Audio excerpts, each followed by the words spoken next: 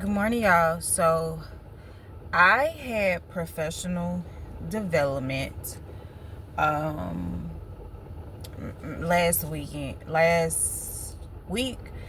for the new upcoming school year, and I had to be a part of new teacher orientation.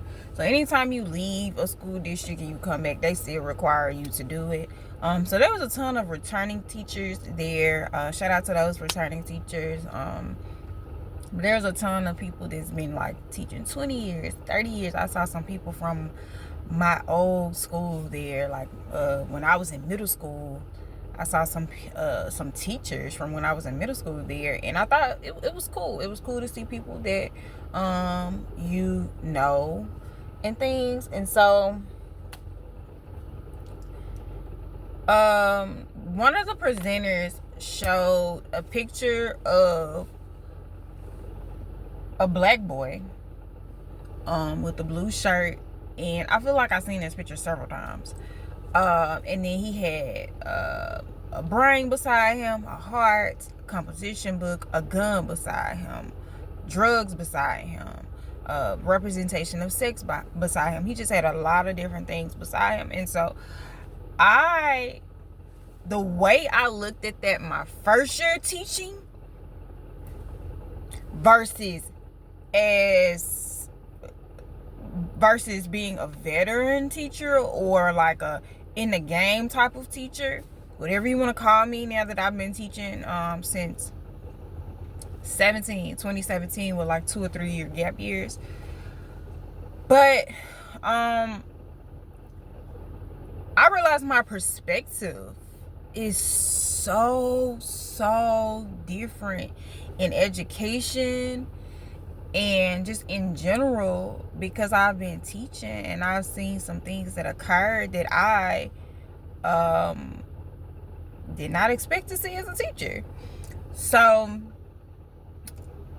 a lot of the first year teachers like, yeah, he got options, he has options, yeah, he's focused, yeah. And me, I was like I see a young man that's struggling with his environment.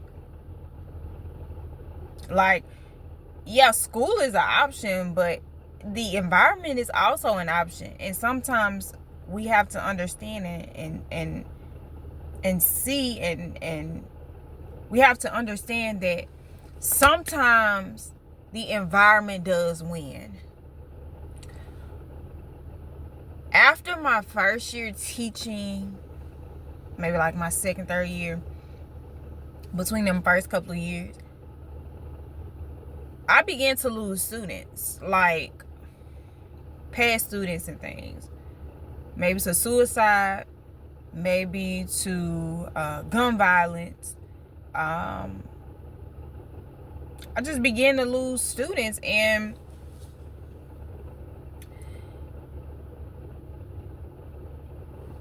I also understand that we can do all we can do on our end. We can give the child paper, we can give the child pencil, we can give the child a great lesson, we can be engaging, we can do all of these things, we can offer counseling, we can offer support, but sometimes the child's environment wins. And as hard as it is for me to say this, as an educator, you have to be okay with it. You have to do your best. You have to love on your kids the best way you can, and you also have to understand the reality that sometimes the environment does win, and it has nothing to do with you. It has nothing to do with your work ethic as a teacher. It has nothing to do with what you said to them, because you could have been the person that motivated them the most. You could have been the person that kept them pushing while they were there.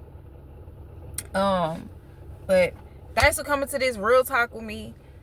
I wanted to share that information because I saw a video surfacing where, not a video, I saw a status that was also surfacing where they were saying, basically black men are looked down upon because of the tattoos and things. Yes, this is wrong, but we also have to share the reality with our kids.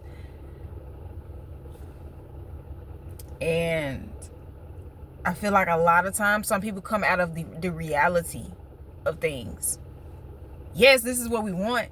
Yes, we want the best. Yes, we want our kids to not be racially profile. But it happens. You get what I'm saying? It happens, and we have to teach our children how to do their best not to be racially profiled, because that's the reality in which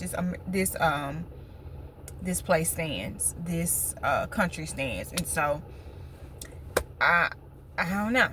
Thanks for talking. Thanks for listening. I'm also always open for other people's ideas.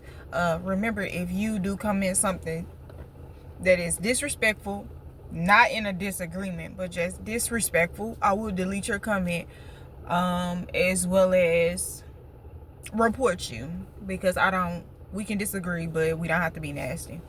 All right. Peace out.